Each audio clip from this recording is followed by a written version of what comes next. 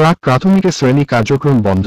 চলমান তাপপ্রবাহের মধ্যে আগামীকাল রোববার 28 এপ্রিল থেকে সরকারি প্রাথমিক বিদ্যালয়ে শ্রেণী কার্যক্রম চালু থাকবে। প্রাক প্রাথমিক শ্রেণীর কার্যক্রম পরবর্তী নির্দেশ না দেওয়া পর্যন্ত বন্ধ থাকবে। তাপপ্রবাহ সহনীয় পর্যায়ে না আসা পর্যন্ত অ্যাসেম্বলি বন্ধ থাকবে। মর্নিং স্কুল চলবে। শনিবার 27 এপ্রিল প্রাথমিক ও গণশিক্ষা মন্ত্রণালয়ের উপসচিব আক্তারুন্নাহার স্বাক্ষরিত এক প্রজ্ঞাপনে এ তথ্য জানা যায়। প্রজ্ঞাপনে আরও জানা যায়, এক শিফটে পরিচালিত বিদ্যালয়ে সকাল 8টা থেকে 11:30 পর্যন্ত ক্লাস চলবে। দুই শিফটে পরিচালিত বিদ্যালয়ে প্রথম শিফট সকাল 8টা থেকে 9:30 এবং দ্বিতীয় শিফট সকাল 9:45 থেকে 11:30 পর্যন্ত চলবে।